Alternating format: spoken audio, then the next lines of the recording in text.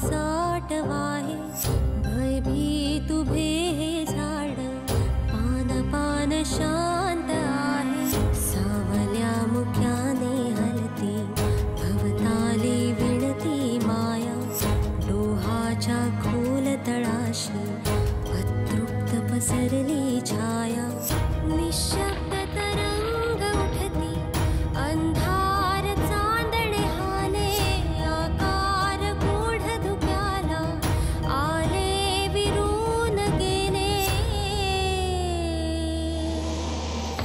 रात्रीस खेळ चाले, रात्रीस खेळ चाले, रात्रीस खेळ चाले,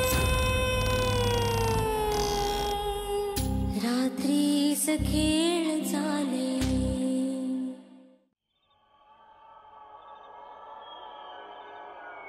माधव, माधव,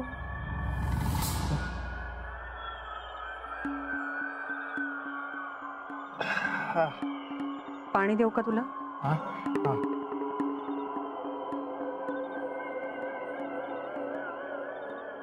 ही गोळी पण घे.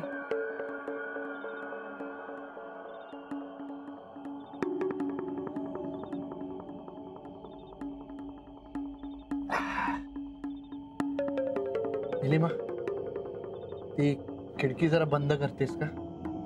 माधव, अगं मला थंडी वाजते म्हणून म्हटलं. बर.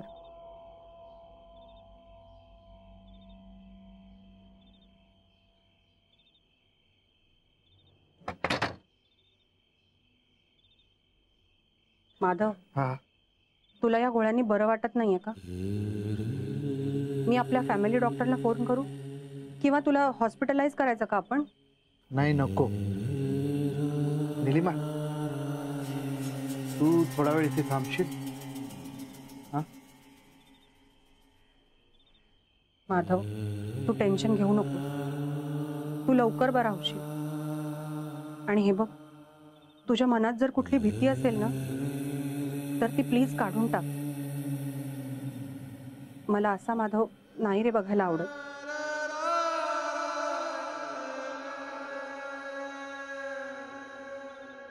मला तो माधव बघायचाय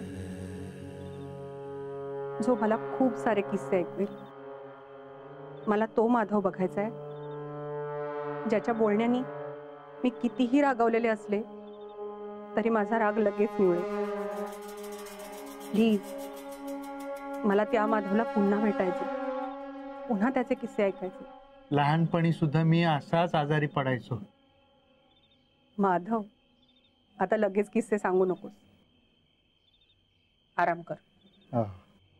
हो हो हो.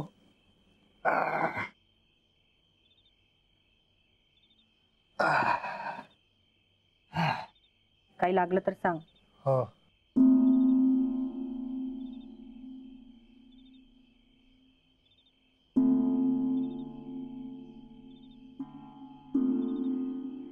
मला ह्या सगळ्या गोष्टी सॉर्ट आउट कराव्याच लागतील आणि त्याची सुरुवात वाटणीपासून करावी लागेल. तिथूनच हे सगळं सुरू झालंय. माधव, ह्या सगळ्याचा छडा मी नक्की लावेन.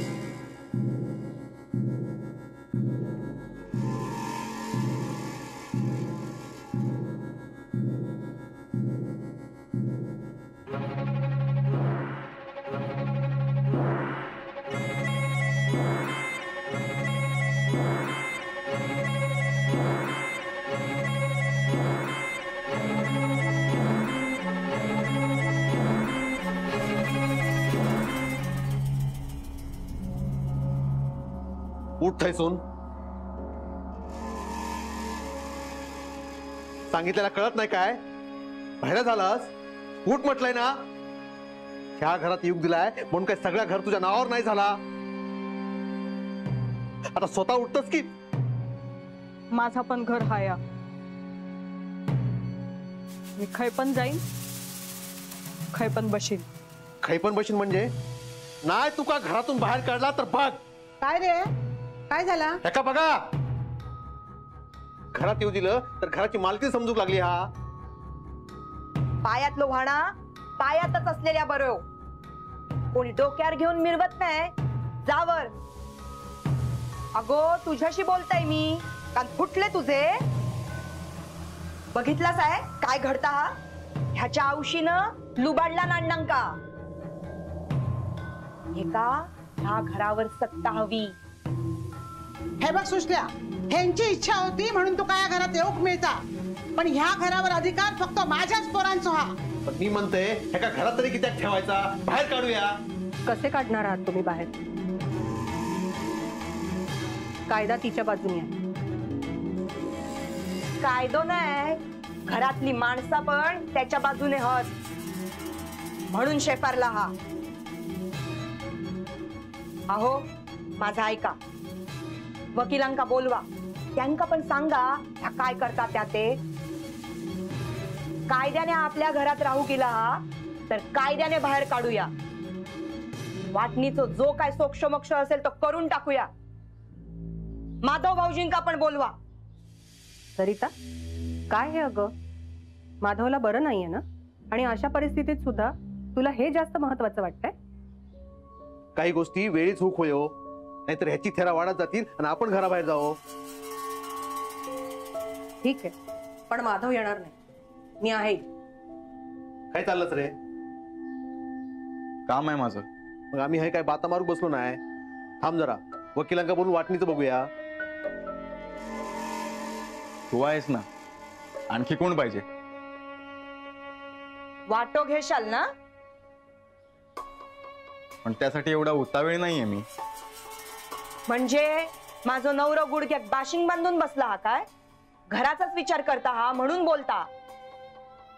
या उदस अण्णांमुळे घरात इली हा. ती घालवूक नको. हे बघा विरामा, मी वकिलांका बोलवतोय. तू हेच थांब. हे बघ, मला थांबता नाही येणार. अभिरामा थांब रे बाबा. आई, मला जायचंय. मला नाही थांबता येणार. अभिराम, अभिराम! कोणा काय पडलेली नाही हा. दत्ता भाऊजी, वाटा हाच प्रॉब्लेम आहे ना? मग तुम्ही फोन करून वकील काकांना बोलवून घ्या. करा फोन. माझा फोन काय ठेवलंय गो? आणते.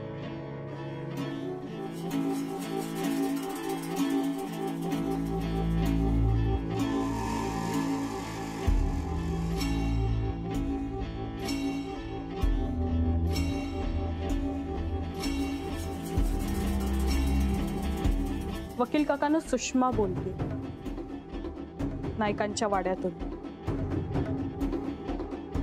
खय हास? एक काम करा, आत्ताच्या आत्ता घराकडे येवा. बोलूच आहात.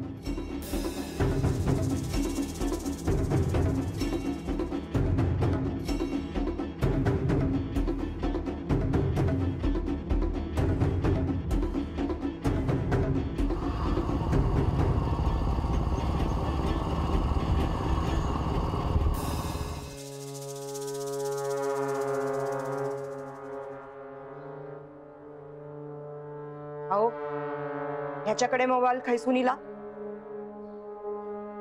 बघतस काय? खैसून आणलंस मोबाईल? बघितलास? ह्याच्याकडे कपडे नाही म्हणून तुम्ही कपडे देतास. ह्या काय गरीब नाही. बघा मोबाईल बघा. काय गो, खैसून चोरलंस? भाऊजी, सुषमानी चोरी केलेली नाहीये. निलिमा, तू काय कित्याक पुळका येता तिचो? मला जे वाटलं ते मी सांगितलं. आणि कुणावरही आरोप ठेवण्याआधी त्याची शहानिशा नको का करायला? हा असा मोबाईल कोणाकडेही असू शकतो ना, त्याचा एवढा इश्यू कशाला करायचा? येऊ का? येवा वकिलांनो. काय झालं? फोन करून अचानक एकदम बोलवून घेतलं. सुषमा, तू फोन केला होतास ना मला? काय झालं? सुषमाकडे तुमचा नंबर कसा येतो? ते मी कसं सांगणार? इतके वर्ष मी गावात वकिली करतोय, कुणाकडेही माझा नंबर मिळू शकतो.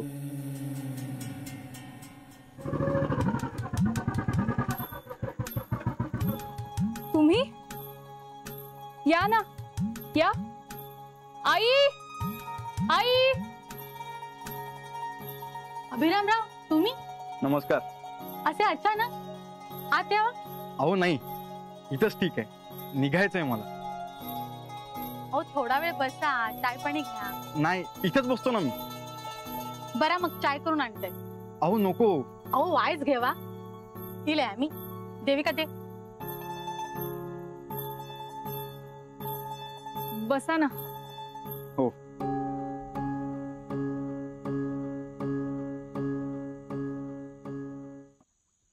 बाबा नाही आहेत का घरी?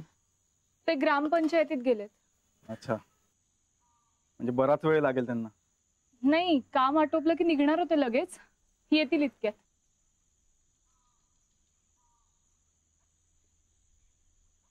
काय झालं? तुम्ही खूप काळजीत दिसताय. देविका, माझी परीक्षा जवळ आली आहे, मला जावं लागणार. कधी भेट होईल आपली माहिती नाही, म्हणून आलोय भेटायला. काळजी वाटते का तुझ्याबद्दल? खूप सहन करतेस तू. माझे घरचे काही बाई बोलले, गावात पण चर्चा चालू आहे, पण तू खंबीर आहेस. एक सांगू, तुझ्या जागेवर दुसरी कोणीही मुलगी असली असती ना, तरी तिचा निर्णय बदलला असता. पण तू तसं नाही केलं. माझा निर्णय पण नाही बदलला. मी तुझ्याशीच लग्न करेन. बाबांना सांग, 3 महिन्यांच्या आत लग्नाचा मुहूर्त काढा. पण एवढ्या घाई गडबडीत? हो, घाई करावीच लागेल आपल्याला. तू सांग त्यांना, लवकरच्या लवकर मुहूर्त काढा म्हणून. एक सांगू, तुम्ही हा असा निर्णय घ्याल हे मला वाटलं नव्हतं. मी आधी खूप बोलले तुम्हाला. मला माफ करा. अगं, माफी चुकीसाठी मागतात. जे आपल्या मनात आहे ते सांगितल्यावर नाही. आणि प्रॉपर्टीमध्ये मला इंटरेस्ट नाही. आपलं लग्न महत्वाचं. चाय घ्या. हो. घरात सगळे व्यवस्थित असतात ना? हो आहेत. वाटे झाले का? देविकाला मी तेच सांगत होतो. वाटे झालेत, पण कायदेशीर सगळं व्हायला बराच वेळ लागेल. म्हणून म्हटलं मुहूर्त काढून ठेवा. आणि लग्न केलं तर देविकाशीच करेन. त्यासाठी प्रॉपर्टीवर पाणी सोडावं लागलं तरी चालेल. असं नसतं अभिरामराव. तुमका पण तुमचा स्वतःचा संसार करूचा, त्याच्यासाठी पैसे अडको नको. आणि तुमका पण स्वतःचा घर घेऊचा असा. पण मी स्पष्ट बोलतोय, तुमच्या घरात माका मुलीक पाठवचा नाही असा. तुमच्या घरात काय चालला या सगळ्यांका माहिती असा. आमका आमच्या मुलीची काळजी वाटणारच ना. आई, तो विषय नको आता. अगो, तेंका सांगून ठेवलेला बरा असता. अभिरामराव तसे समजूतदार असत आणि तेंका मी काय सांगतो ह्या बरोबर कळता. होय की नाही अभिरामराव? बघतो मी, पण हे लग्न नक्कीच होईल.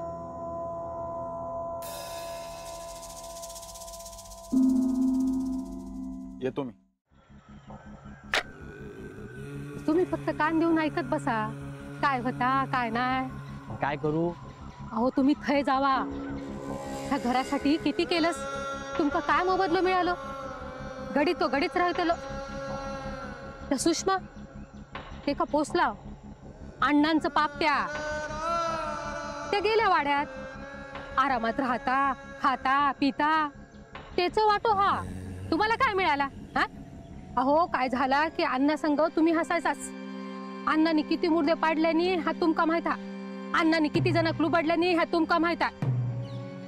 जा जात आहे आणि सांगा, माका जर हिस्सो नाही मिळालो तर ह्या सगळं पोलिसात जाऊन सांगीन मा. अगं काय बोलतस? उचलली जीभ आणि लावली टाळ्यात. अण्णा गेले, आता त्यांना भीती नाही. आणि ह्या सगळा मी त्यांना सांगू गेलंय तर मीच लटकलंय. अण्णांसोबत गुन्ह्यात सामील होतय म्हणून माका फासावर लटकवतील आणि मग बस हिस्सो घेऊन. म्हणजे आपण काय भिकाऱ्याचं करायचा? त्या सुशल्याक सांगा, आज त्या जे काय मिळाला ते आपल्यामुळं. जर आपल्या काय मिळालं नाही तर सगळ्याच वाटोळं व्हायचं. आणि काय झालं तरी माझं तोंड बंद राहणारातलं नाही. तेव्हा तुम्हीच काय ते करा. काय करूचा? माझी गणित करतास ना, मग आता काय ती गणित सोडवा तुमची. पण माका सुद्धा हिस्सो होय.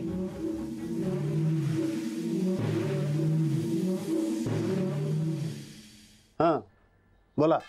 वाटणी अण्णांच्या इच्छेनुसार झाली. कुणाच्या वाट्या काय इला त्या बघितल्या. माका काय पटलं नाही. दत्ता, ते सगळं कायदेशीर आहे, त्यात आपण काही करू शकत नाही. मला पटतंय तुमचं.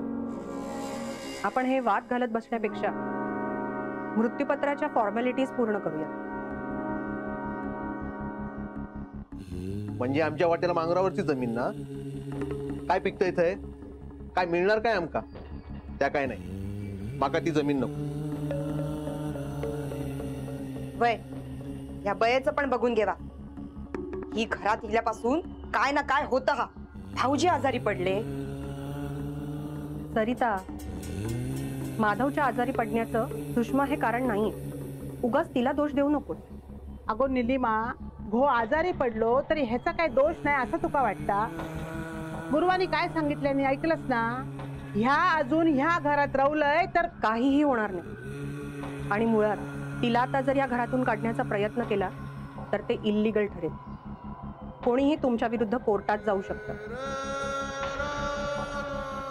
आणि मला यात माधवला अडकून द्यायचं नाही. म्हणजे एका ह्याच घरात ठेवायचा? आता कायद्यानुसार सुषमा या घरातच राहणार. अण्णांनी प्रत्येकाच्या नावावर काही ना काही करून ठेवलेलं आहे. त्याप्रमाणे सुषमाला इस्टेटीतला काही हिस्सा देण्यात आलाय. आणि तिचं लग्न होईपर्यंत तिनं या घरात राहावं अशी अण्णांची इच्छा होती. तिला आपण मान द्यायलाच पाहिजे. तर आपण काय करू शकतो? आता ह्या पण माझा घर हा. मी हैसून खाय जाणार नाही. या घरावर आता माझो पण हक्क हा. अहो काय करून ठेवलात हा? ही बाया घर गिळून टाकात. आई गप्रो, आपण बघू काय त्या. काका, ज्या काही फॉर्मॅलिटीज आहेत त्या प्लीज लवकर पूर्ण करा. सरिता, पाणी आणते सर. आणताय. अण्णांनी सगळ्यांचाच विचार केला होता. मग ती व्यक्ती रक्ताच्या नात्यातली असली काय नसली काय, त्यांच्यासाठी विश्वास महत्वाचा होता.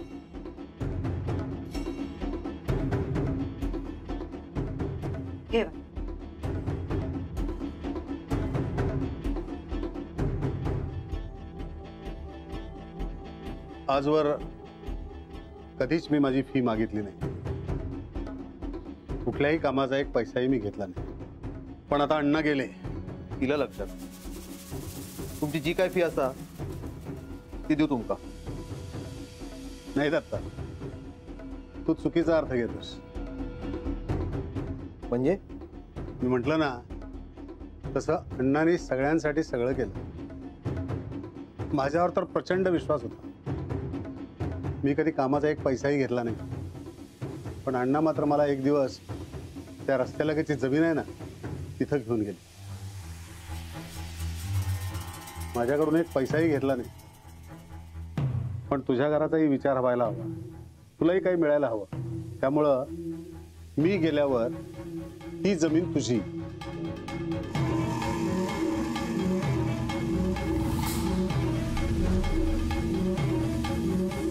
काय बोलताय त्या? ती रस्त्याकडची जमीन तुमच्या नावावर. आता अण्णांची इच्छा. आजवर मी कधी अण्णाचा शब्द मोडला नाही आणि या जमिनीला नाही म्हणूनही हा शब्दही मोडू इच्छित नाही. आजवर मी एकही पैसा घेतला नाही, पण आता ही जमीनच माझा आधार आहे. अण्णांनी दिलेली जमीन ही मी या घरासाठी केलेल्या कामाचं फळच आहे.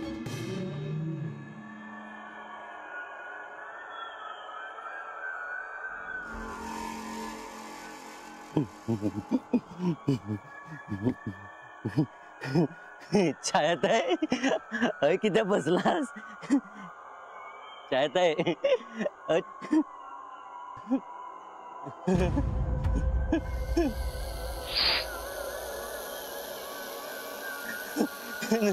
दत्ताभाऊ, दत्ताभाऊ राखणदारी लो, मायनू राखणदारी लो, सरिता वहिनी बाहेर राखणदारी लो, राखणदारी लो.